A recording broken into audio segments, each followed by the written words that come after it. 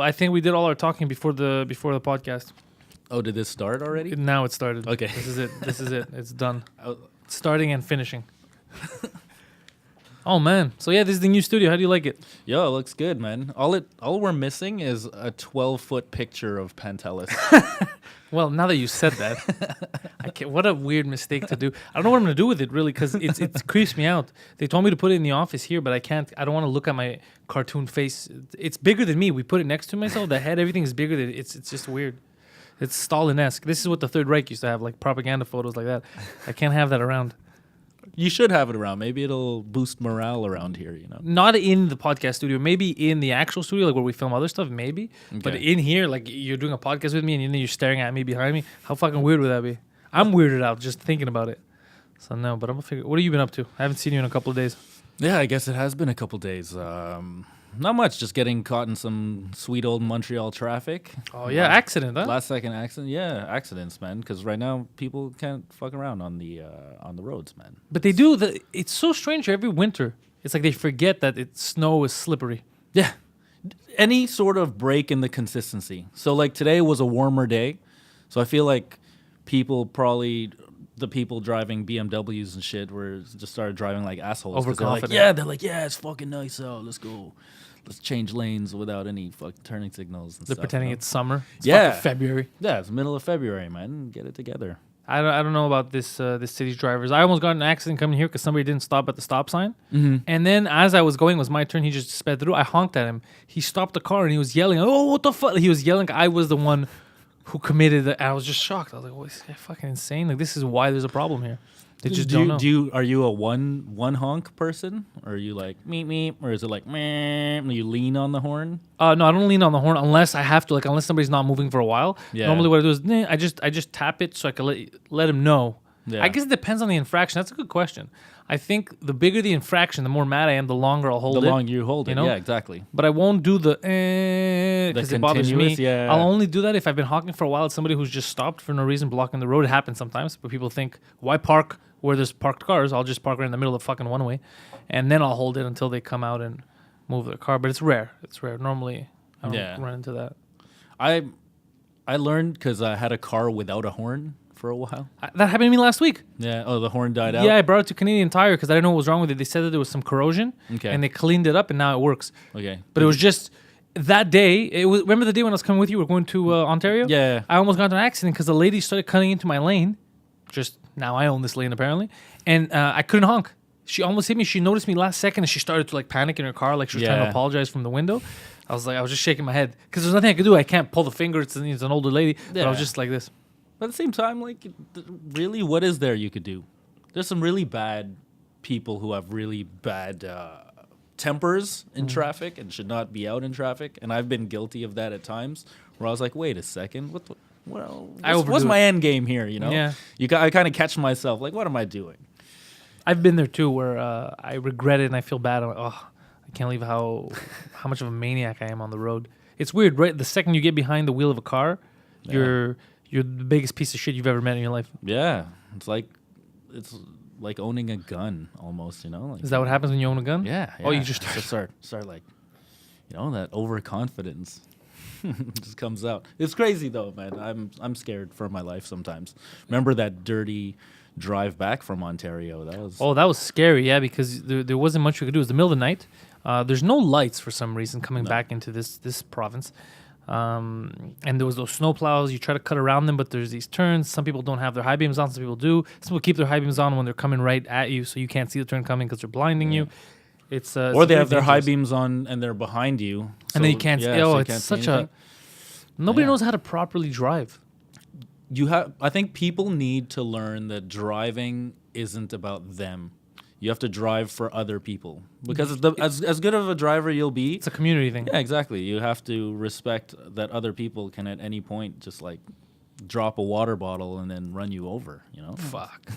That's true though. That's how it happens. Like us when we were driving back, we were safe because we kept stopping you and saying, "Who cares if we're a little late?" Yeah. Because that you get tensed up when you're behind a car that's going 15 miles an hour Yeah. or 10 miles an hour, and you just want to go around them. Yeah. Right, it gets difficult. Like we wanted to get home. It was a 4-hour trek to get there, 4 hours to come back. It was an 8 to 10 hour. It was a 10-hour drive altogether. I Yeah. think. Yeah. That's being a road comic. That's what doing stand up on the road is about, man. And it was a weird venue too. It was, Chalk River. Are we? Yeah. I guess, Chalk River, Ontario. We were there. Chalk River, Ontario. Yeah. With a population, I think they have a population of like 1,100. Oh, okay. So like what? A third of the people were at the show. 1/3 of the population were at the show, and they that was probably the most unruly audience I've seen in a long time. Yeah, they were. You'd think that they'd be happy. Yeah. I think they weren't happy as soon as they're like, wait a second, what is it with these ethnic guys?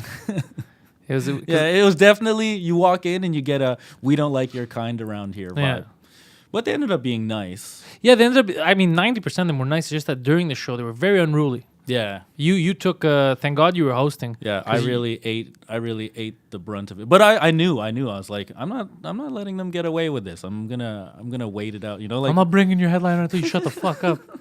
But that shout out to that lady who told everyone to shut the fuck up. Yeah, she came on stage to help out because there were some people. Even when I was on stage, there were some people that were so into it that every time somebody started or yabbing, you could see they would turn around frustrated, like stop, I'm listening. Yeah, you know. But it was hard for them to focus, and it was funny to see jokes kind of perform differently than they normally would.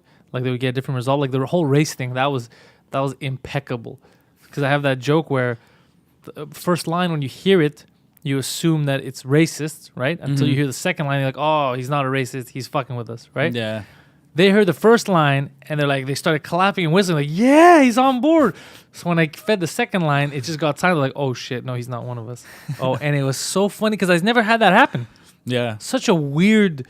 So it made me laugh on stage. I was like, that is the weirdest reaction I ever got. Like, yeah! And they're like, wait, he's not racist? Uh-oh. Yeah, they had to backtrack. We've been exposed. Yeah, they you see all these guys pop out with their hoods on. Yeah, but it was interesting. It builds character. Those gigs normally they build character. Yeah, no, absolutely. If I were to do a gig like that without the experience that I had, I would have. Oh, I don't know how I would. Yeah, you're right. If I was like if this was like my first 6 months in, like a year or two into comedy, and I would have walked off the stage at one point. I guess. But I think, toughed it out. Yeah. I think that's what you learn too. You're like, I'm gonna tough it out. I'm gonna get paid. All I have to do is tough it out. Yeah, exactly. That's it. If you walk off stage and you haven't done your job, yeah, do your time. If they don't wanna listen, and you feel like you're doing the best that you can do, so they hired you. You're doing it. That's it. If it's you though, if you go and you're off, you're not hitting the notes, this and that, then it's not their fault. But in this case, it was definitely their fault. Yeah. But but the ones that were into it. They liked it. Yeah, they're really into it. There's a huge.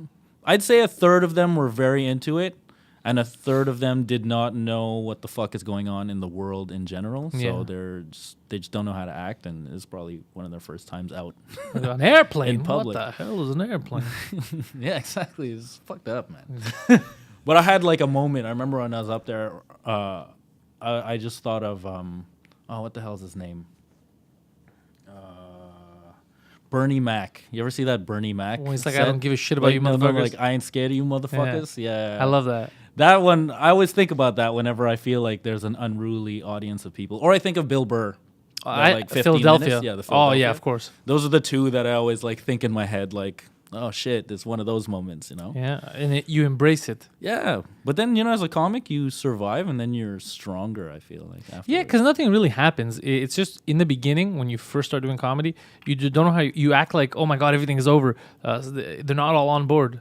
But in reality, they're never really always all on board. It's just that normally they outweigh the ones that aren't on board, so you don't notice. Yeah. But there's no way that 100% of the audience is with you on every single joke. It's not possible. Because how long you been doing comedy now? 6 years. 6 years. And how many shows do you think you've amassed in that 6 year? Oh, fuck, I don't know, a lot.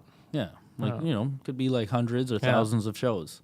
Do you think that those people in that audience have as much audience experience as you have stage experience? That's a very good fucking point. No. So they don't know how to act, and you know how to act. So if you're confident up there, they'll be confident that it'll go somewhere. They're not being an audience 2 times a night. Yeah, exactly. Over the course of a weekend. Yeah. Pretending like they're an audience. This is what I did last week. That's so strange. Yeah. Another, think of it in a different perspective. But who Yeah, knows, some people don't know because of Netflix and shit. Yeah, exactly. You've been watching all on Netflix. I have been watching a lot of Netflix. I want to know what you're watching. staying away from a lot of the stand-up. Yeah? Yeah. There's certain stand-up you know what I do? If I have a show, I don't watch stand-up because I don't want it to influence my train of thought, Yeah. my jokes. That's fair. But sometimes if I really want to laugh, I go back to stuff I've already seen that made me laugh. Like I could watch Bill Burr or Tom Segura or Jerry Seinfeld specials. I could rewatch them. Over and over again. Chappelle too, same thing. Chappelle, yeah. Yeah. Chappelle, I used to like listen to his Killing Him Softly. Because mine for that. those guys, it's not about the jokes. It's about the stage presence. It's about their comfort level and it's their openness. You know, when they stop for a bit and they start talking about serious subjects that have affected them or things. Same thing with Anthony Jeselnik when he talks about the whole Comedy Central shark thing that happened with the New Zealanders. I like that. I like those stops and just seeing the real them. So I can rewatch those. Those. But it's not everybody. It's very rare. There's other comics that come out with specials. Not even interested in the fucking trailer. Yeah. Too much comedy. We're always doing comedy. Exactly. I feel also that like Netflix has a lot of sophomore albums, you know, like Yep. they're where they've already talked about themselves enough, and after they're like, where else we can dig, mine for gold. So I feel like that's the difference between the stand-up that I always watch and I guess what's coming out on Netflix. There's a lot on Netflix. Everything's there. Yeah, but even like from different countries and different languages. They have Bollywood movies. Yeah. I saw this one comedian, actually, I think an Indian one, there's a trailer on. I just saw the trailer, and I was like, wow, this guy is open mic level, Montreal open mic level, and he has a Netflix special. Yeah. I'm going to India. You should, man. I think you'd be huge in India. Bigger than your poster. Man. Bigger than my poster, yeah. Yeah. But, there's too much. It's saturated. I like watching the greats. Yeah. Yeah.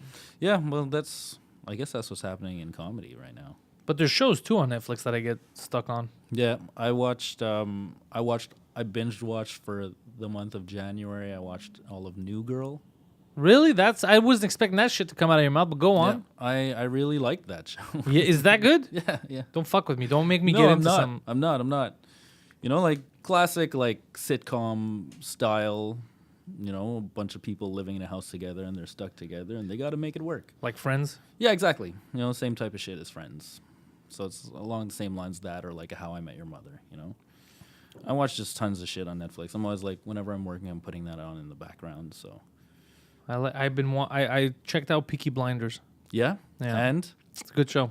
how far into it are you? I saw the first season Okay. and a bit of the second season, and then I left. I think that's right before I went to Houston, and then I forgot about it when I came back. That's what happens. You ever start a show, then you leave and you forget about it. Yeah. So I started that, and I'm trying to start this new show, Altered Carbon or something. Yeah, everyone's Carbon. telling me about that show. That's the like hot shit that everyone's like, yo, check it out. I will. I mean, I tried to watch yesterday. I saw 10 minutes, and then I stopped. I was really tired. Yeah. I don't know if I'm gonna get into it tonight. I had a very long day editing in here all day, so I don't know if I'm gonna get around to it.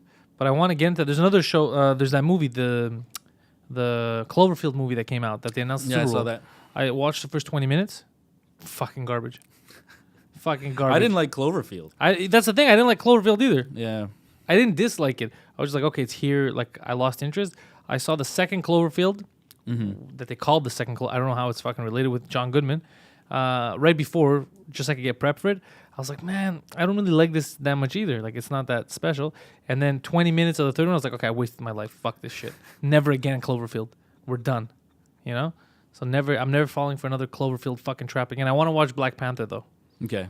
Yeah. Yeah, I want to watch Black Panther. It's getting very good reviews. Yeah, but there's a lot of race baiting going on, too. Yeah. They keep saying, we can't give bad reviews because he's a black superhero. It would be racist if you do. And one guy gave a bad review, and everybody started shitting on him. Just say it's because he's black and you don't like it. Like, maybe it's not a good movie. Like, I want to watch it. I'll give it. I love the Marvel movies, and I think I'm going to like it. But I'll be honest, if the movie's shit, I'm going to say it's shit. Yeah. If it's good, I'm going to say it's good. And he's not the first black superhero. I don't know why they're saying that. Poor Wesley Snipes. He's like, what about Blade? I think Wesley Snipes tried to do Black Panther in the 80s or 90s. Oh, really? That's what I read. Yeah, he was trying to do it, and then it fell through, and then he did Blade. Blade was good, though. Yeah. I think he made a good Blade. He did. I can't imagine Blade with somebody else. Well, he's like maybe there's the guy who played Spawn. Ah. He could have done it. He's also like, martial artist. black guy. Spawn was probably the first black superhero Spawn on was on really screen. good, unless you count Shaft. I don't know if Shaft is a real superhero. Not a superhero, but yeah, Shaft was still a main. Yeah. But I'm just saying that it happened before. I don't like this thing they're trying to play with people. You know, it's your time now. It's yeah. Like, what are you talking about? Who took the time away? It's been everybody's time for a while. If it's a good fucking hero. Yeah. No, but that's it too. It's like that universe is just expanding and expanding, and now I think that they're doing. Tom Hardy's playing Venom, which I don't like. I like Tom Hardy a lot. Me too. I also like Venom a lot. Yeah. I don't know about this. I saw the teaser. Yeah, me too. It didn't tell me anything. It didn't tell me anything. Same way I felt. It didn't tell me anything. It told me some stuff I didn't like. Like when I saw him driving the motorcycle and the car's blowing up behind him for no reason. I was kind of like, okay, what's going on here? Yeah. Is this just going to be a mindless experiment? And I was like, where's Venom? Yeah, that's the thing. Like, it's great. Yeah, let's see Tom Hardy lying down in what might be a hospital or some shit. But like, where's the symbiote? Yeah, I don't know what's happening. And is Carnage in it? Is it going to go super hardcore? See, they had no. I think that they gave away nothing. That might be a good thing, though. It was super empty. I was like, hey, what the hell? That's the only problem is that it didn't tell me anything at all. If you could have just showed me something and not give away the plot points, I would have been happy.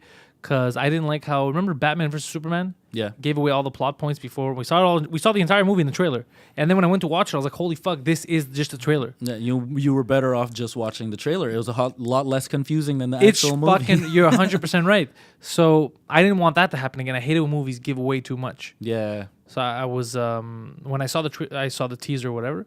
I saw it right after I saw the Deadpool teaser. I enjoyed the Deadpool teaser. I feel like he's breaking the fourth wall a bit too much. With did you watch it? No, I didn't watch that. Because he was talking about like because Cable's arm is metallic or whatever. Yeah. So it was all green. It was this is the green screen effect. The green screen hasn't been put on yet. And it's like don't overdo it. Because then the whole movie people are gonna be thinking, oh, that's not real. That's not real. Yeah. You know what I mean? This is an actor.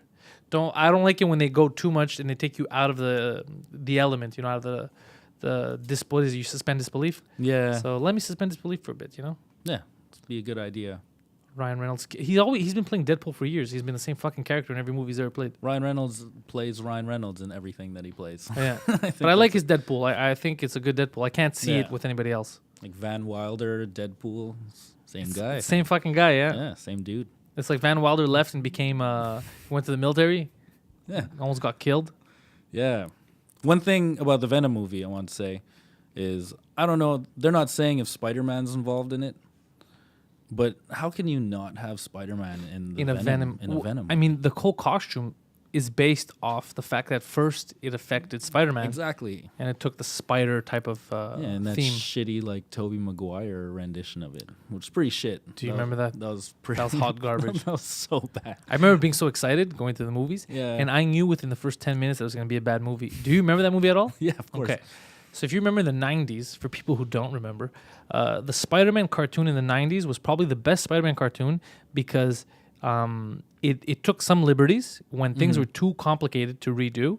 But the stuff that it made original, like, okay, this is too complicated, so we have to set the story in a different place, made sense. For example, the way they introduced in the comic books the symbiote was through the Secret Wars. There was the Beyonders, there was all these magic people. They went to another planet. This suit stuck to Spider-Man. The symbiote, he came back. It was convoluted as fuck. So in the cartoon, what they did is J. Jonah Jameson's son was an astronaut. He was on the moon. They came back. They were flying back. The ship crashed in Manhattan, and Spider-Man went to help them. And they had brought back on a moon rock some evidence or whatever that they wanted to show. Oh, look at what's growing there. And it was the symbiote on there and it attached to a suit, and that's how he got it. Makes sense. It looks like tar. It looks like tar, yeah. and it makes sense in the sense that the spaceship crashed, the rocket crashed. They got it from space.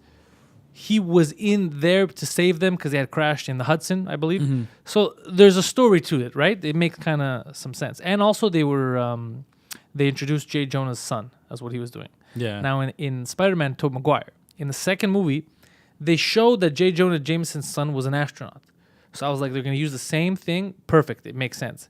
They didn't, though. No, they didn't at all. In the first few minutes of the movie, a rock just falls from space randomly next to Tobey Maguire on his fucking bicycle or whatever and attaches it to him. And that's no explaining nothing. It just landed there.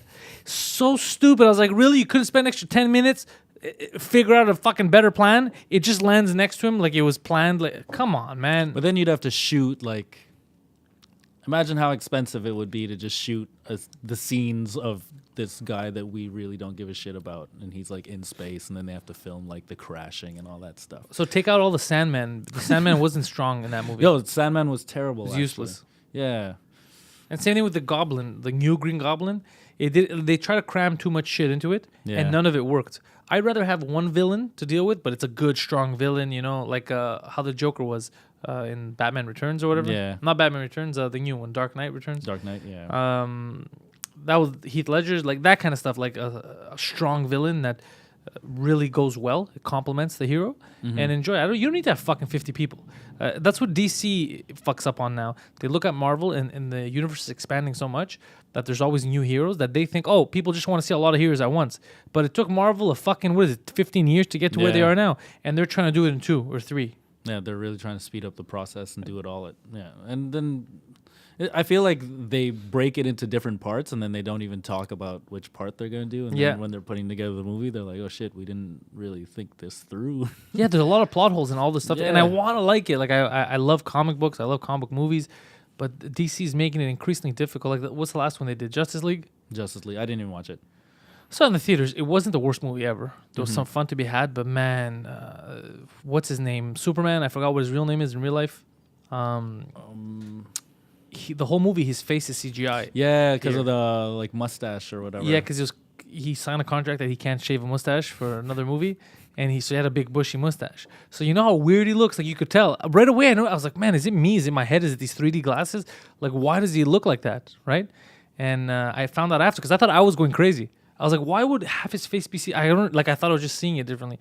And I Googled it after. It's like, no, it was CGI because of the mustache. I was like, come on, you clowns. They should have just kept. Imagine Superman with a mustache. Yeah, that would have been cooler. When he was dead in the grave or whatever, he grew a stash. It makes sense. It does.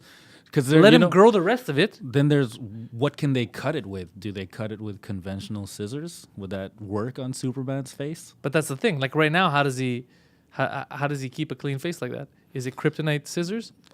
Superman's a pretty lazy comic book character that they made up, like His facial hair, we've never discussed. We've discussed him having sex. yeah. Like how would it work? And there was the whole thing about probably only Wonder Woman could take his load, right? Because it was like a shotgun. But we never discussed facial hair. Does he just not grow facial hair? Maybe His regular hair too. he does grow hair. Yeah, that's true. He could have. And when he came back and he was like that. In the 90s, they gave him a mullet. If you remember in the comics, yeah, he was mullet, and that's the Superman that apparently Nicolas Cage was supposed to play. Oh really? Nicolas Cage, I think he could get away with a mullet. There was some conceptual photos that they took. Nicolas Cage went in to try the costume. They had this cool I think it would have been an interesting movie. Kevin Smith was attached to it. Okay, yeah, I remember that. They made a documentary about it. Did they? So why didn't they make the movie? There was some problem. I think the producers, everybody was fucking around. One of the producers was he kept asking for Superman to fight like a big spider or something. Like he was obsessed with big spider, and Kevin Smith was like, "What are you doing?" And then that guy went on to produce Wild Wild West, which had a big spider in it. Like he just wanted to see a big spider. Finally. It's such a weird. It depends who you're gonna deal with. Yeah, Spider-Man. No kidding. That's like just a giant spider. But you're talking about Superman. There's so many cool villains. Yeah. It's Like- like no. Giant spider. Like that spider's not giant enough. Yeah, that's his only problem. Is like bigger, more legs, centipede style.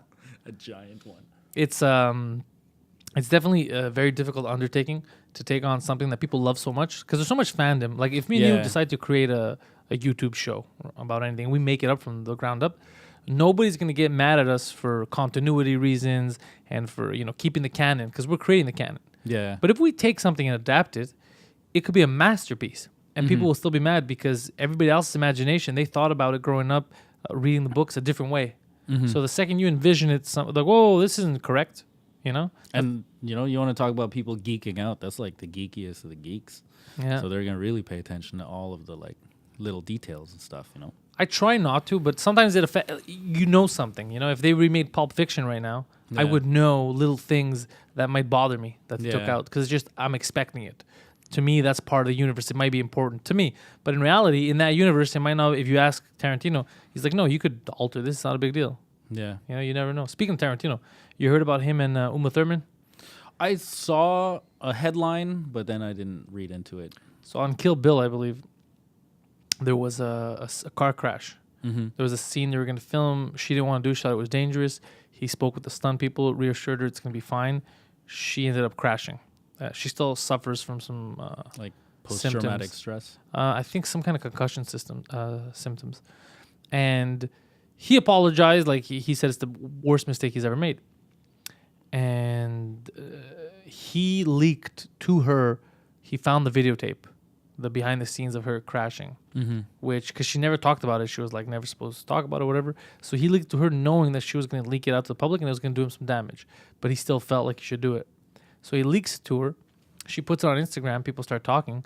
And now they're talking about what kind of a monster Tarantino is. But I feel like him telling her to do the stunt isn't that much of... He wouldn't have done it if he actually thought that she would crash. What's the point of doing the scene if your star's going to die? The movie's over. Yeah, exactly. You know, it's a little exaggerated. But then I saw Judd Apatow quoted some guy and he tweeted, and they're talking about how, look at the, you know, how bad Hollywood is. He spits on her face, chokes her, and puts her in the car, and then she drives. I saw the video behind the scenes. He didn't do that. He never spit on her or choked her or whatever. And was he in Kill Bill? Did he do that in a scene of a movie? And they're talking about, like, they're mixing a movie scene and a real life situation. Because I saw the video. It just it didn't show her getting choked or spit on or whatever the fuck. So I don't know what the hell they're talking about. I don't know. Was he in Kill Bill? I don't remember. I don't even know. I don't know what that is reference to. Yeah, because when he wrote that, I was like, I asked. I said, hey, where's this choke and spit? I'm just curious. Nobody replied to me. Maybe it was at different points in the movie when people did that to her. But that doesn't make sense. Yeah. You can't. That's really out of context. That's really taking shit out of context. Yeah. Like, you get into an accident now, and they're like, yeah, last month, Pantelis called him a dirty Filipino, and then he gets to an accident, it was a stress. They're not related. What are you talking about? Completely related. Also, one was a movie, because if somebody spit and choked on her in the movie scene, Yeah. it's not the same thing. Yeah, it's not like he's like, hey, get ready for your scene, and then he does that, and people are horrified, and he's like, get out. You can do this. Yeah, it's fucking crazy, right? Yeah. But it's weird how the media, they just want this villain to chase. They're always chasing different villains, and they're mad at him also for something, because he's making a Polanski film. I heard he's making a bio on Polanski. Oh, yeah. And he's talking, I don't know who's financing it, but he's talking about, he was on Howard Stern a couple of years ago, and they were talking about Polanski having sex with a 13-year-old. Yeah. And I don't know who the story. I don't know the story. I don't know the details of Polanski. Yeah, Polanski's the guy who Charles Manson murdered his family, right? I don't know about that. Sharon Tate or whatever. That sounds familiar, but I think that was his girlfriend or his wife. Okay, so they're related somehow. Yeah, and then Roman Polanski became that big fucking deal in Hollywood. But initially, I think if I understand correctly, I haven't looked into it in a while, but I don't remember the whole story with Charles Manson. It's been quite a bit. But essentially, Polanski was having sex with a 13-year-old. Yeah. And what, is he married to her now, or it was just a thing? No. That's something that happened, and then he was supposed to go on trial for it or be arrested here, but he just stayed out of the country. Oh, so he's never come back. Yeah. Well, I just think that he's not coming back. I think that's what it is. If you're listening to this, you could go and Google. Yeah, it. Google. But I know that on Howard Stern, apparently, what Tarantino said was something along the lines of, it's not rape, even if she's 13. If she was trying to have sex with him, like she wanted to have sex with him, so it's not rape. He said this a long time ago, and now it's coming back and it's haunting him. Tarantino said that? Tarantino said that something, but I don't know again, I haven't heard the clip, so I don't know the context of it, like jokes or what have you. That's why I was curious to see if you knew about who that 13-year-old was and what the story was and who is she now. No, I have no idea. Me neither. It's strange Hollywood right now. Yeah, it's everyone's afraid of everyone. I feel like everyone's just uneasy. I feel like collectively, everything it's like bubbling and it's got to burst soon, and then everything needs to settle down a little bit. So you mean the pendulum swing that they're talking about, or redoing everything in Hollywood? You think it's going to go back the way it was, or we're looking at a new Hollywood? Like, what do you mean as far as like everyone's attitudes towards like the Me Too stuff? Exactly, and everyone's attitudes towards each other. Because right now, it's literally like every second day, like I see people just turning on people on Twitter. Yeah, it's fucked up, huh? Like is that what you did? You said that she has a fat ass? Well, fuck you misogynistic. But now we're not friends. And it's people that were friends for years and they're taking stuff out of context. I was like, it's a little weird that everybody's just jumping on this bandwagon of, you're all bad people, I'm the greatest. And everybody who says that ends up being a piece of shit. Yeah. Like, that's what I'm waiting for now, because, like, Judd Apatow was always coming out talking shit about everybody, like, how they're the worst. And I'm like, holy fuck, man, what if we hear a scandal with Judd Apatow, how he sexually harassed somebody? Like, is anybody safe? You know what I mean? Like, But everything's just, this is the time when everything seems to be just coming around. yeah. You know, so everyone's just uneasy and unsettled. And Hollywood for the last couple of years has been like, yo, let's just remake movies. Remember They've been this lazy idea from before? I don't know if it's lazy so much as like people are like, we don't want to take any risks at all. Economic risks. Yeah, exactly. You know, like there's so much money involved in these things that people don't want to take the risks on like new ideas and stuff, you know? That's what fucks us over, though. Yeah, then we're bored as an audience. And we're like, entertain us. And then instead of watching movies, we're on like Twitter. Yeah, I'm guilty of that. I'm guilty of putting a movie on and then missing the first 20 minutes because I'm on my phone. Yeah, all the time. You think the people who filmed it were like, you know what? People really enjoy my movie in the background while they're texting all their friends, you know? It's such a weird dynamic, though, that we have now with film. We don't pay attention. Yeah, but we're multitasking all the time. Yeah. You know, it's really, people can't just sit down and enjoy anything. I feel like an old person saying that. But it is accurate, though. I've noticed it with myself. I've noticed that I can't just sit at pace. Yeah. And I always have to be doing something else. Why? Shit, Lord knows why. There's no reason. Like, Yeah. Is it going to be a fucking epic tweet? Somebody's going to call me a bitch on Twitter. I need to know right now. It could wait an hour. You know what I mean? It could wait 1 hour. And then I'll be like, thank you, sir. You know? Yeah. It doesn't have to be instant, but for some reason, I feel like if I'm not connected, I'm going to miss out on something important. Yeah. And that actually happened last night. My phone started vibrating, and I started that we're trending in Australia, this just thing, because we're talking about the Greece Macedonia name dispute. Okay. And there's a lot of Greeks in Australia. So I don't know how somebody picked it up, started sharing it, started commenting. So we started getting follows, shares. It had like 20 views when I went to bed, and it had like 1,800 when I woke up on the Facebook. They were That's their daytime, right? yeah, so that's what happened. So by the time there was messages, they were sending private messages and this and that to the fan page, and I was like, "What the fuck is happening? Like, this is so weird." Of all the things to go viral, the serious one, you know, all the comedy stuff, nobody gives a shit about. We do one serious piece on the fucking show. Everybody's like, these guys are journalists. Like, they were writing stuff like, top notch. I like the way I was like, Jesus Christ, man, we're not journalists. That's your Greeks, though, right? That's your Greeks. That's your people. So you're responsible for them now, Pantelis. I'm not responsible for anybody. Don't follow me. I hate when people do that. It's like, this guy knows. We'll listen to him. No, I know historically. That's why, I guess, because I explained it, I made some good analogies. That I can attest to. You know, I'll stand by that. But I don't want to speak on behalf of somebody else. I don't want to do that. I don't want to be like, I represent, like, this is what Canadians think, or this is what Greeks think. I can't be that guy. Yeah, I don't like that. Because not everybody thinks the same way. That's my and problem. you don't want to take responsibility for it either. You know? No, it's the problem I have with politicians. Yeah. I don't like the whole, I follow a party, I have to agree with everything they say. I don't agree with everything I even say. Like, I change my opinion, you know? So how can I agree with everything that you say as a politician? If I'm for abortion, you're against it, or I'm against abortion, you're for it. I have to change my view to conform to you because you're leading the party that I follow. Yeah. Like, That's politics. no, I should have my own opinions. That's fair. Is it? Yeah. Or am I asking too much? I gotta just conform, No. get sheepified. I think that's the easy way to go about it. Imagine how much effort. I think that it's just about effort. People don't want to put in effort. Yeah. Not everyone can be a politician, but everyone can aspire to be a politician. But the amount of effort that goes in, like, look at Donald Trump right now. I hate talking about Donald Trump, but he wasn't ready for the amount of work that he's supposed to be doing. He's not doing any of it. Yeah, he's just trying to get the army to get together to throw him a parade. Is that what he's doing now? Yeah. Oh, yeah, Jesus. so that's what he's trying to get. He's an event planner now. Yeah, yeah. Well, look at Trudeau. He's making up words. He's so PC. His brain's broken. People kind. People kind. Yeah. What a doofus. It's so funny though. You know, like in every company, maybe it's the same George Bush effect. It's like, my dad was so famous and did so much. You always have the boss's son. Yeah, the boss's son is always the worst guy at the company that you work for, because the boss's son is so entitled and, like, you know. And I'm a fan of Trudeau. I'm not a fan anymore. I voted for him, but I'm not a fan anymore. Now that I've given him time and I've seen that it's just one dumb thing after another. And and it's not the presentation that's bothering me. Yeah. It's the substance. So it's the Bombardier mess. It's the whole taking bribes from your friends and then saying, what? Bribes are illegal? Well, I didn't know Those that. aren't bribes. Those are gifts. Yeah, it's just little things like that. You're playing stupid, you know? Yeah. Then telling the veteran last week, veterans, he's like, why won't we get our pensions, this and that? He's like, you guys are asking for too much. We don't have money for the veterans. And then turns around and says, we're spending millions to reintegrate ISIS fighters that are coming back to Canada. That's fucking insane. That's batshit crazy. That's batshit crazy. And then to just tell people, basically, I'm better than you. You're disgusting.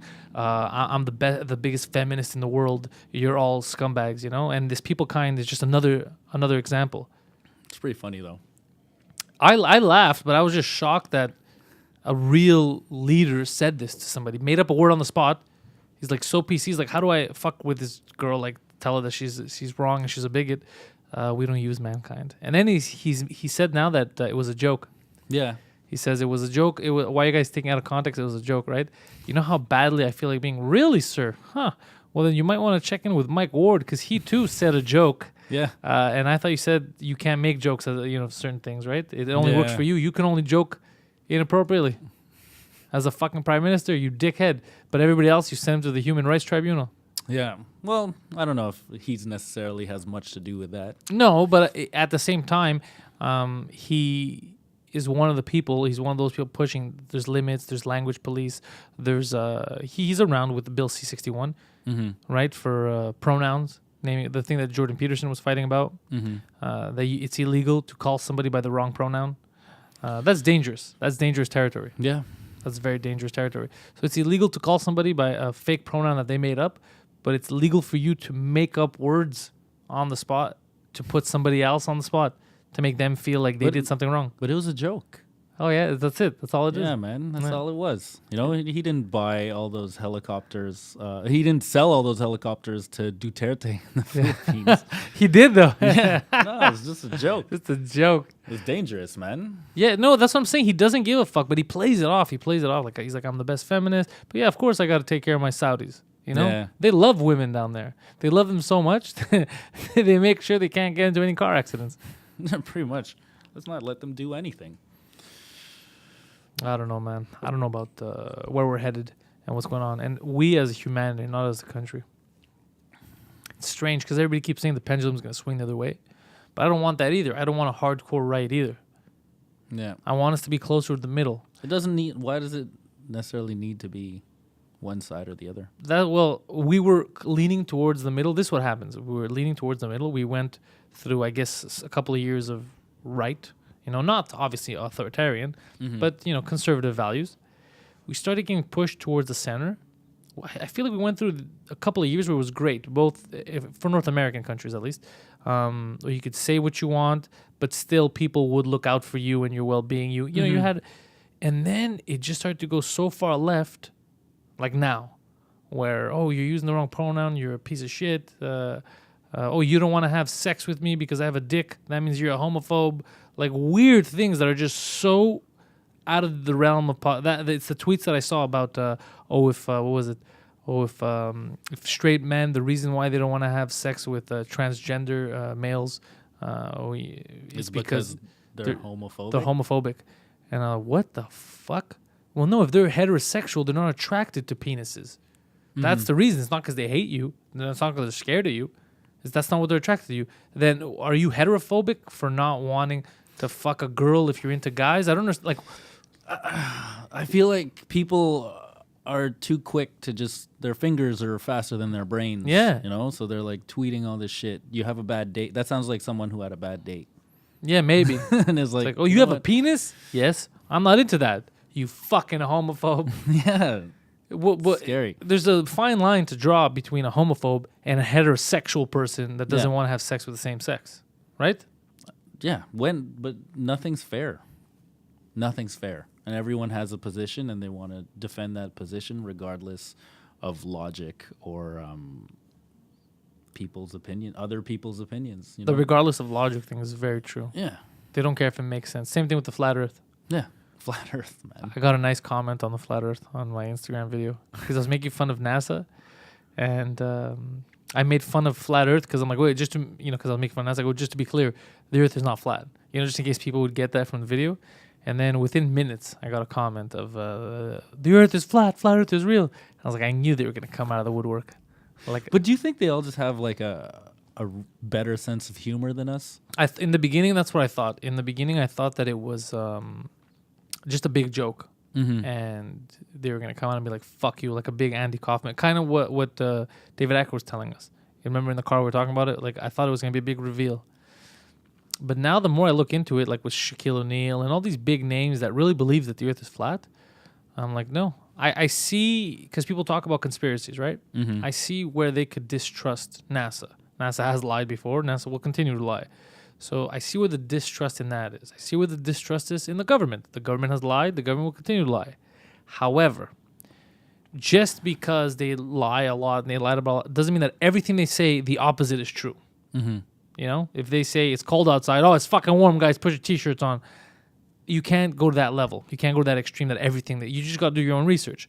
So as far as the Earth being flat, I mean, I'm not saying basic, but you could do a lot of research to figure out that it's not flat. You know, there's just so much you can't ignore the scientific evidence. That's well, what bothers me is they're like, oh, this is just NASA propaganda that the Earth is flat and that the Earth is round. And I'm like, really? Well, because I'm Greek, we've been saying it's round. They had measured its circumference thousands of years ago. There's statues with like Atlas holding the Earth. It's a globe. So to me, this is not NASA propaganda. This existed with my people for fucking thousands of years. So your argument for why you think it's fake isn't real. It's not a real thing. Your argument is not valid. Same thing with just the way things are. They're like, why are we not falling off? Like as if gravity's not a real thing. Like just dumb things that they put in front of. I don't know. It just bothers me. It's like, really, man, just think about it a bit. Yeah, or just look in a book that was written by people from thousands of years ago. Well, then the other thing is, you know, we did say a lot of things thousands of years ago that we now know are false. Yeah. But for this one, for the Earth, like, are we the only flat planet? Like, is everything else a globe? And why are we just flat? How are we fucking floating around? I don't get it. Things that people think they're too special. You know, they're like, no, how could we be the same as everyone else in the universe? We should be different. Well, we are special in there's not really that many close to us that are as at least that we know of. With like living beings. Yeah, exactly. Like I've seen the moon landing stuff.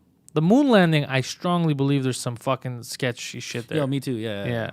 The moon landing videos, I'm not saying we never went to the moon, but I do think that we may have not gone when they say we did, especially because of like the whole all the Area space race. And the whole space race with the Soviets, they just had to pretend. Because now that I watch the videos now, I could see why back in the day they would fall for it. But now I'm like, holy fuck, none of this shit makes sense, right? There's a lot of little questions I have. On the photos, too, you could see that they're doctored. It's like, why would they doctor a photo if it was real?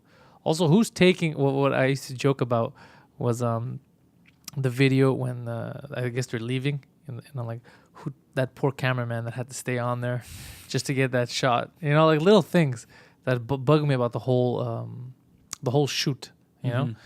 So I do believe that there's a lot that could have been faked, but just in the interest of making, you know, being first in the space race and that whole thing with the Russians, not in the interest to deceive the people just for the sake of deceiving them, you know? There was an end. I'm not saying it's right, but it's not that big of a deal. It doesn't mean that the Earth is flat. But they should at least come out. If they had fake shit like that, they should at least be like, look, yeah, we keep saying, no, it's not true. Yeah, we fucking faked this. Yeah, just be like Volkswagen, you know? They're like, yeah, we've been lying to you about diesel. You remember that shit? Yeah. My bad. Yeah, my bad. And then you move on. Instead of just... But that's it. A lot of the states, like, the aggression comes from, like, just defending their positions, I feel like. You know, they're like, this is how it is, and... I don't care what you have to say. I don't care. Fuck your pictures of these round planets. And no, it's flat. It's flat. There's a turtle. We're on a turtle's back. Yeah, that'd be great. Giant fucking tortoise. Where's the water go? Yeah, where does it go? It evaporates. No, they said that there's a ice wall all around the Earth. Who's saying these things? The Flat Earth Society. So it's like one voice for the Flat Earth Society? I don't know. They all say the same thing, I guess. Well, I didn't look too deep. I can't lie and be like, I know everything. Yeah. I don't know all there is to know about the Flat Earth, but what I do know is completely ludicrous. It's entertaining. It is. That's the thing. That's why I looked into it. It was entertaining, and then I was like, fuck, this is pretty retarded. Also, like I was like, this is pretty. I Stupid. think we're just naturally intrigued by stupidity. Maybe that I'm very. Yeah, I don't know if intrigued is the word for it. I'm intrigued by conspiracies. Yeah. I like the idea of being able to look into something deep and then find parallels and then find holes, and then I love that, right? But at the same time, I'm trying to be as critical as possible, and I don't want to get sucked into something that's insane, you know? So looking into this, at first I was excited. I was like, it's probably not real, but let me see.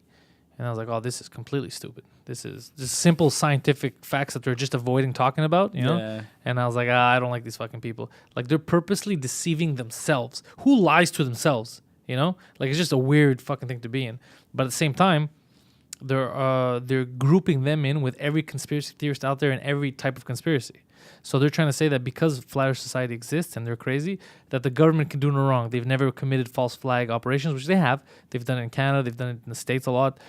They've never lied to their people. All this shit, that's not true. You can't put them all in the same basket. Yeah, the Flat Earth is a fake thing. It's not real. Doesn't mean the government has been fucking around. That doesn't mean that what happened on 9/11 wasn't suspicious. 9/11 is super suspicious, right?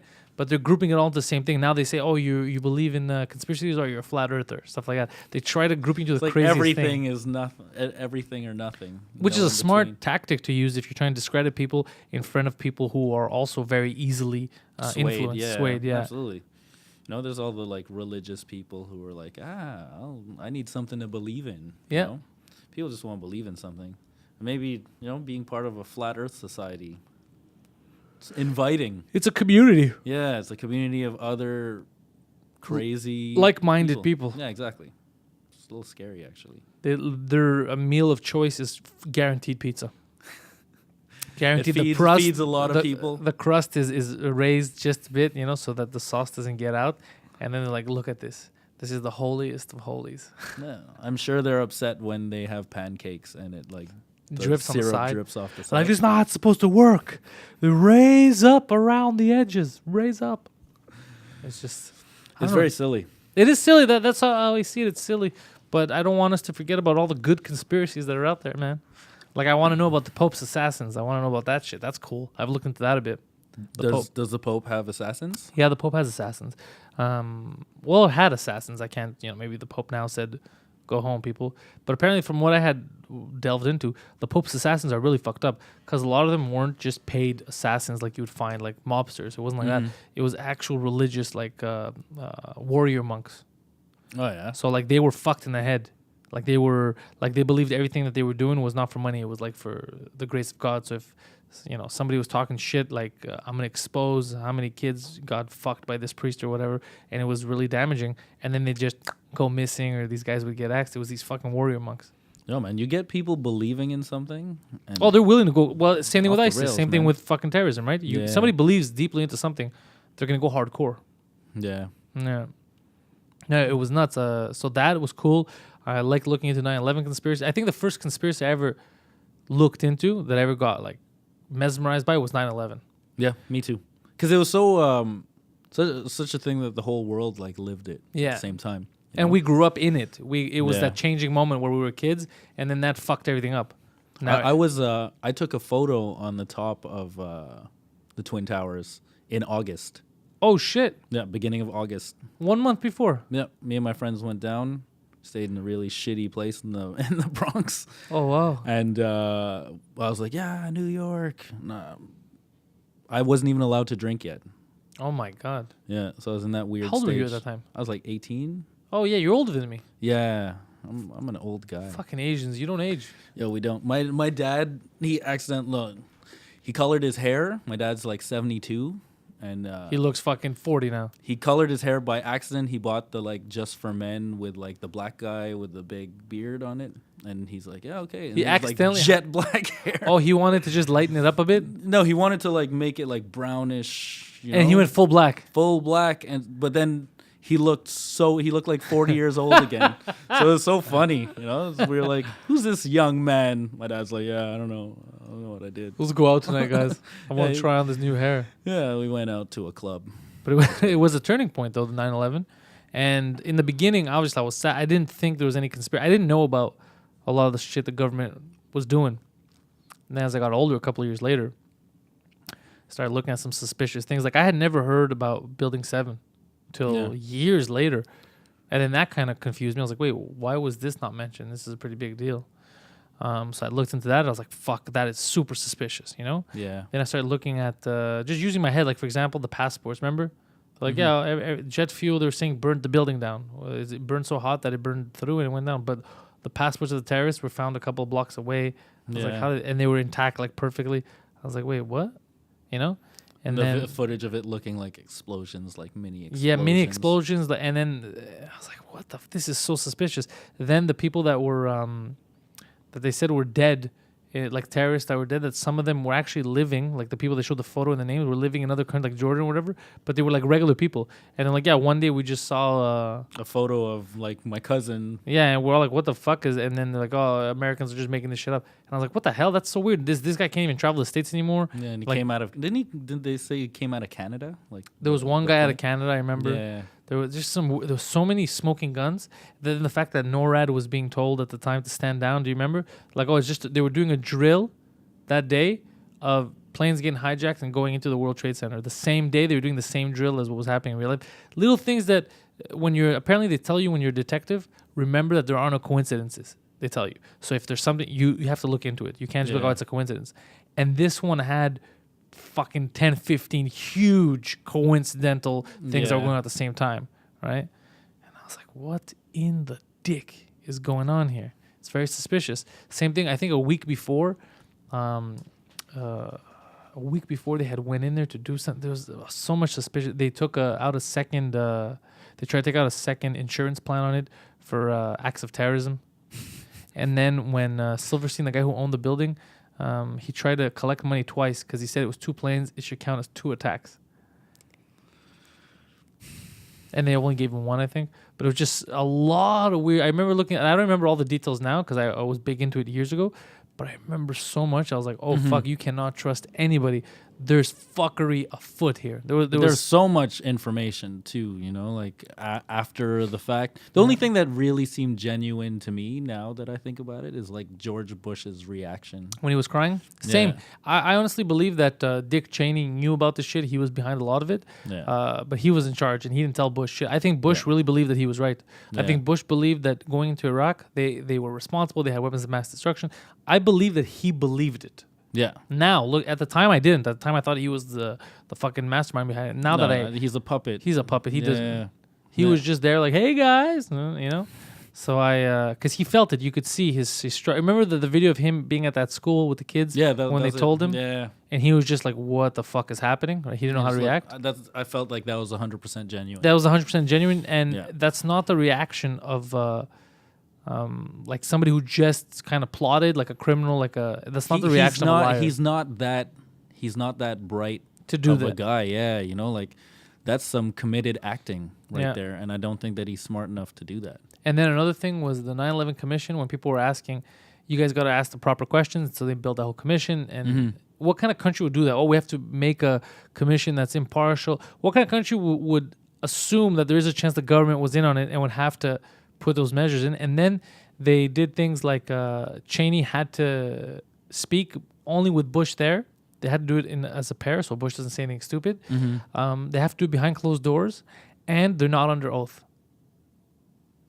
That's very sketchy. Very sketchy. Why would you not be under oath? Why would it's a terrorist attack on your country? Why would you not have to be under oath? Let's talk off the record, all right? At the most, this is like the most critical point, and you're gonna not take it seriously. That's really fucked up, right? Yeah. Like, why would I not be under oath? It's just so many suspicious things happened that it opened my mind to not trust the government. You know, at that point, not hardcore. You know what I mean? That's the other thing. I guess if you go hardcore, then you believe every conspiracy. Well, what I did is it opened my eyes to do my research.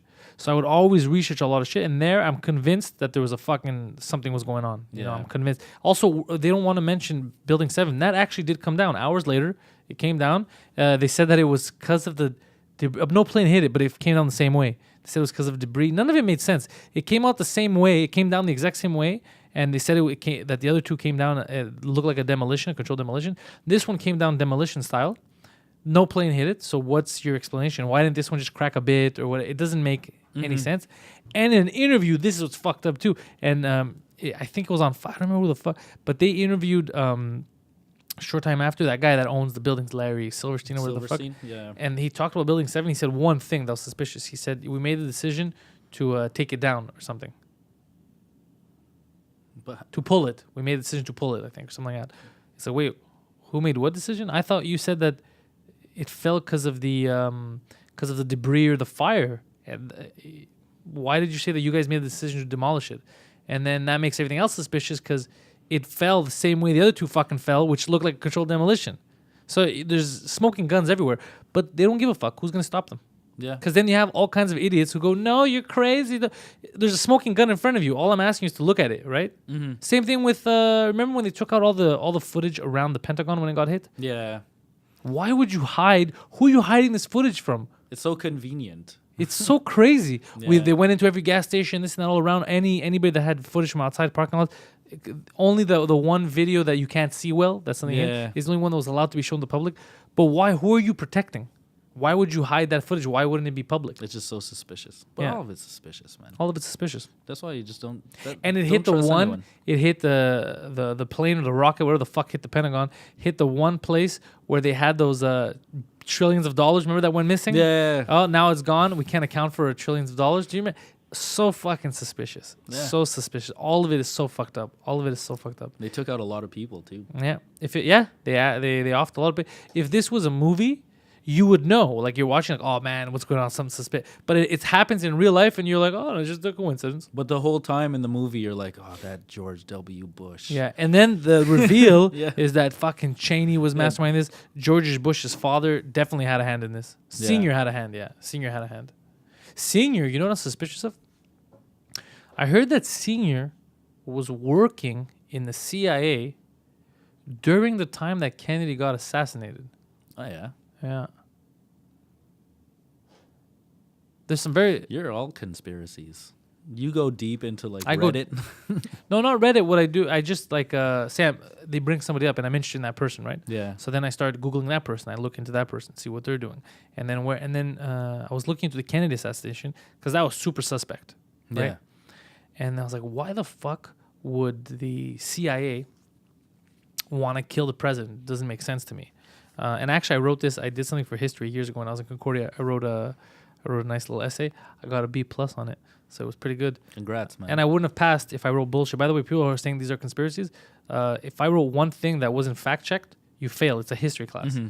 I got a B+. And the only reason I got a lower score was because I didn't write it informative. She said, like a history. You wrote it like a movie. She goes, it was very entertaining, but you didn't use the proper format. That's the only reason why I got a B+. I would have got a higher fucking grade. And I talked about how Kennedy was trying to get rid of the big banks, the central bank, that because these are foreign banks that were controlling their currency. So he's like, you know what? Let's just have our own standard. We had something happen with the gold. So he's like, we're going to move to a silver standard. And we're going to be in charge of our currency. We're going to be back independent. And then he put an executive order in. The executive order existed. And it fell through because he got assassinated. Now, if you're telling me that's not fucking suspicious, okay? Because Abraham Lincoln was also assassinated. And Abraham Lincoln was assassinated for, again, he was another person that was going against foreign banks that were trying to come into the States and take over, right? So the two presidents that got assassinated, the two famous ones that got assassinated, both went against this The international foreign banks, banking yeah. cartel. That's not a coincidence. It's very fucking suspicious. It's very fucking suspicious, you know? And yeah, so I've been, yeah. You what do you think? I picture you like sitting alone in a dark room, hugging your legs and rocking back and forth. No, it's not. It's literally it's more like this. It's more like I'm listening to something. I'm like, oh, look at that. I go, you motherfuckers! Like I'm doing something else, playing video games. Fact checking. Just fact checking because I just found suspicious at the time. I found it suspicious that their deaths. Both I had more. Now I'm forgetting because it's late. It's been a long day too. I'm tired. Yeah, But me too. I used to remember it pretty vividly because I had just studied it and I had wrote the essay. And there was a lot of fucking suspicious things happening, man. A lot of suspicious things. And it all centered around, I remember, international banks. the international bank was the biggest problem. And also, same thing now. I think there's like only 3 countries in the world that don't take part in that. Every country in the world, I think, somehow is connected to these fucking the Rothschild owned banks. Oh yeah. Yeah. So they're the ones running all of this. Yeah, I don't know to what extent they're running it socially. They're definitely running it economically. That's obvious. Like some Illuminati shit. Yeah, well, like again, I don't know about meeting up and deciding mankind's future, but in terms of being connected and money-wise, obviously that's who owns those banks. And those banks owe each other money. Like who? That's the thing. Everybody owes each other money, right? But it all goes back to them. Maybe you should take that and turn it into a script. It would, but has your there been- Concordia essay. It was called "The Men Behind the Man." I had really gone over the top theatrically though, because on the top of the normally it's just white. You put the title. I had put a stamp of the Federal Reserve. Oh yeah. Yeah, I went over because I was so interested. I got into it. I was like, "Yo, I'm gonna make this good," and I wrote it very theatrically. Like I would leave little cliffhangers, and then you would, I wrote it so you could be interested in reading it. And she said, "Fuck." She goes, "I enjoyed reading it more because of this, but I have to deduct points because it wasn't written in the format I was supposed to. But I still got a B plus." And I used that as an example. I go, "Yo," she had to fact check everything because I wrote. She's like, "You wrote some crazy shit, right?" So the fact that I didn't fail, and she's like, "Well, like if you look into it, he's right." Like because some people are like, "Oh, what are you talking about? JFK wasn't trying to put the silver standard this and that." And then when they go look and they find the executive order, like, "Oh." Well, that doesn't mean that the CIA would kill him. Why would somebody kill him if he's going against the central bank? Then they the other president also got killed for going against the central bank. Oh. And you kept going into that little rabbit hole. All I'm saying is suspicious. I don't have any proof of any of this, right? I don't have any proof that they killed him. But I personally do believe that the CIA had their hand in this. Yo, why not, man? Yeah. Your conviction, I think you'll do it. Oh, make the movie about this? No, I'm too busy doing comedic stuff. I leave this to somebody else, somebody who has the audacity. Because this is... No, that's a big project to take on. It's a dangerous project, too. Yeah, you might get killed. You might get killed. You turn over the wrong fucking stone. You could definitely get killed. That's what you get for writing essays in university, man. It's dangerous business. It's a dangerous business. I wrote in... I took this class called Respecting Diversity. What? Yeah, that's what the class was called. And I wrote a persuasive essay on the power of the vagina. That's what you wrote? Yeah. Please keep going. It was about how women are stronger than men. And I don't... Like physically stronger? No. Just like in general, like how... Well, how it takes more to be a woman than it takes to be a man. It does take more to be a woman. I think I only wrote it because I was trying to get laid at the time. I think that probably... But you know what? It does take it is a bit more difficult for women than it is for men. Though. That is true. That's what I was saying. I was like, it takes so much more to be a woman, and that's why they're stronger than men. Yeah. I can't have a baby. I don't envy women at all. I feel like we won. We did win. We that. won life. Yeah, for sure. Yeah. Yeah. Well, maybe we'll talk again in like 10 or 15 years. Well, it depends too. If it comes and goes, right? Because we did win life. Like it's you don't have to worry about having your period. You don't have to worry about putting makeup on and do I have a blemish here? What are they gonna think? How's my ass? You don't think about any of that. You throw on some fucking clothes, you leave the goddamn house. I just have to. I'm just like, how am I gonna make sure everyone know I'm a man all the time? It's just punching strangers in the face. Yeah. Feats of strength in public. I lift this. But I don't like the whole women are better, men are better. I don't like any of that. So. Yeah, me neither. Everybody brings something different to the table. And everyone's always competing all the time. You don't have to be. It's exhausting. Yeah, you don't have to be. Yeah. I like women. Yeah, me too. Yeah, but I don't believe that they're intellectually superior, but they're also not intellectually inferior. Yeah. I think the science that's been done is proving the complete opposite. It's the exact same intellectually, right? People get mad if you say that men are physically stronger than women, but that's just science. That's just we are. That is nature. It's just nature. It's not. We're not saying it as a bad thing, But apparently, women have they're more. I think they're more orderly. Not all of them, obviously, but statistically, it's like more organized. More organized. More maybe their brains work better, but they do mature faster. Yeah, that's true too. They do. Yeah. They do. There's always those. That's why I feel. How old's your girlfriend? She's 26. Yeah, me and my girlfriend's same age. Yeah. So, I feel like she's definitely more mature than I am. Oh yeah. Yeah. Well, mine definitely more mature than I was at 26. Yeah. 110%. I was an idiot. I was an Yeah. idiot at that point. Yeah, that's funny. Women after a certain age, they're actual adults, Yeah. and we're still like, I think it's because of what we were talking about. I was talking with some other people last week. I think it's because of the fact that there's no societal pressure for men to grow up right now. Whereas women, you kind of have to. Like, you don't have a biological clock. yeah. You could do comedy. You know what I mean. You could just be goofy Yeah. and still get by. It's a lot harder for a goofy woman to just go through life as a child. First of all, she needs to make up a decision. Is she gonna have a career? Is she gonna have a family? She has a timetable. After 35. Yeah. It's not her choice anymore. You could fucking be a kid Yeah. until you're 40, 50. And you're like, let's have a baby now. Well, look at what's his name from the Rolling Stones. He's still having kids. That's what I'm saying, because he's a guy. Yeah. He doesn't have to. He doesn't have those worries. So I think that's another thing that helps. That they have to mature fast. Because wait, so what the fuck's happening here? Yeah. You know, I'm gonna. It's like biological. Yeah, I'm on a timetable here. Let's go. Let me shape up. And that must be. I wonder how it is, because you never. If people that are the same age date each other, like when I was younger, I guess we're both idiots, and you would mostly date the same age as you. Yeah. I think it's better if a guy dates like 2 years, 3 years younger, something like that. Something like that. Well, I mean, it all depends too. I have a cousin who's married to a woman who's like 24 years older than him. Wait, what? She's 24 years older than him? Yeah, something like that. Yeah, he married her when he was like in his 20s and she was almost 50. Nice girl? I've never met them. I have a giant family, and that's my true. mom told me about it. So, like, I don't know if by chance he's listening. Like, nice meeting you. But he married her, and they've been together for like 15 years.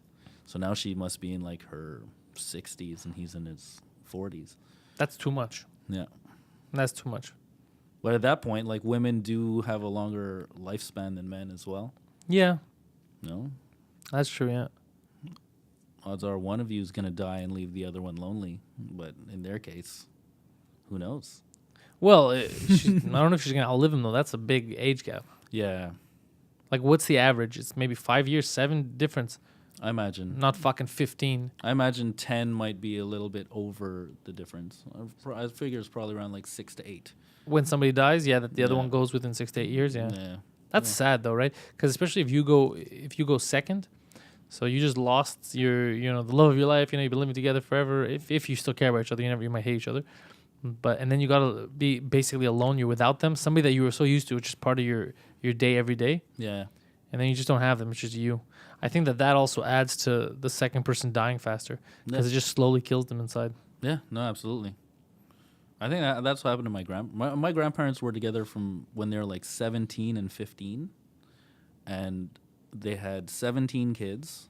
Holy shit. And then my grandmother, I think she passed away when she was like 89, but then my grandfather was around for 2 more years after, but he was like miserable. And my grandfather was a rock. He never took any like Tylenol or anything his whole life. He only took antibiotics when he was like 92. Holy for the shit. first time he got like eye surgery, and that was the first time he ever took anything his whole life. Oh, wow.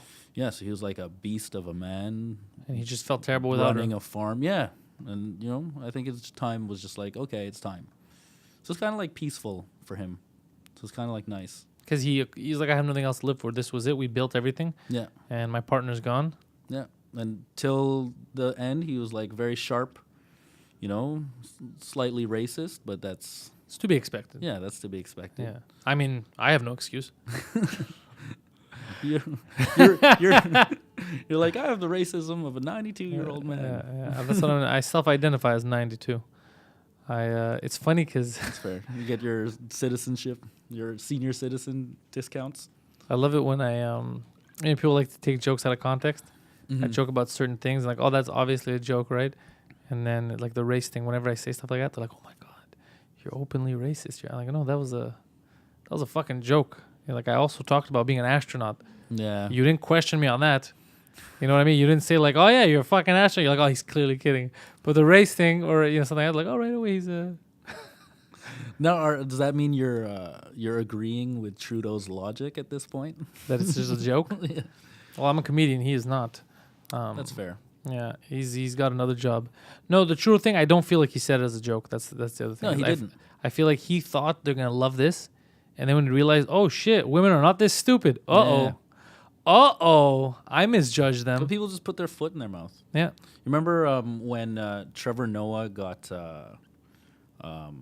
he got the Daily Show? yeah. So when he got the Daily Show, Russell Peters was like, "Fuck that guy. He's like a joke thief." Says the joke He thief. says that about Trevor Noah. And then when they confronted him about it, he's like, "Oh, you guys believed me." Yeah, I remember that video. Yeah, and I was so weirded out. I was like, wait, what's he saying right now? Yeah, that's why you don't believe anybody. Yeah, and he's like, I was just, it wasn't real. Yeah, and then he's it like, came, "I was just joking around with you guys. What are you talking about?" He's a real piece of shit, that Russell Peters. I've heard some stories. Yeah, I've heard some as well. Yeah, like the joke thievery is the least of the Problems. fuckery. Yeah. You heard what I heard. Yeah, Yeah. that's fucked up. Yeah, it's not mine to Dog eat dog world. Yeah, it's definitely not mine to bring out publicly, so I won't. But no, you know what's fucked up is that story is changed my mind about him, like big time, like more so than the joke thievery. Mm-hmm. And it's the kind of thing that one day you know it's gonna come out. It's gonna be in somebody's book or something. It's gonna come out, and people are gonna be like, "Holy fuck! I can't believe I paid money to go see this cocksucker show." Mm-hmm. You know? Arguably, arguably the biggest comic in the world for like a good 10 years. Yeah.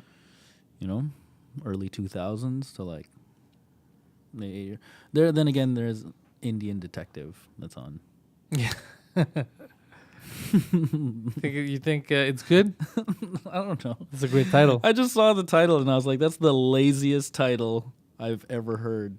I don't know if it's a good show. I want to see Woman Doctor. It's a new show coming out. Just lazy titles. Dr. Quinn. Yeah, who's the lead? It's a woman. A woman doctor, that's it. What does she do? Oh shit. We covered all of our bases. Oh man. You know everything in the title. I don't know how lazy fucking everybody's getting. Yeah. Well, that's it. But there's still some good entertainment out there. Of course, yeah. I still get entertained. You said you're watching Peaky Blinders. Yeah, the Brits are very good at that. Yeah. The Brits are good. The Brits have good humor and they have some good dramas. And people commit to their shows. Yep. And they don't put the show on for like 20 years. That's another thing. That's what I love about the Japanese too, is that everything has its run, right? It has its cycle. You run its course. The arc is these three main plot points. We got to fucking get rid of them. And then this arc is over. It overlaps here and it's done. The entire series is based on these two arcs. That's it. Then in America, they're like, let's make a TV show. Oh shit, it's very successful. Let's sell Lunchbox. Let's do this. Let's make a show about the Lunchbox we sold about that show. Yeah. Yes, come on. Let's do like The Office had like 12 seasons or 10 seasons or whatever, and probably should have been wrapped up in like 2 or 3 seasons. First of all, it was a very dangerous office to be working in. Yeah. And most of those people still stay at that job after 12. Like, nobody has career aspirations like to move up. They're all working in that fucking office. Yeah. Where does that happen in real life, a real office? 12 years later, you're probably going to find everybody being different people. Yeah. You're not going to find the same fucking people there. Well, it depends too. Like, you know, if you're in a metropolitan area, people will shift from office to office. Yeah. But if you're like the one place that exists in a town, you know, Chalk River, Ontario, man. Oh they my have God. one office. I don't think they had an office there. No, they don't.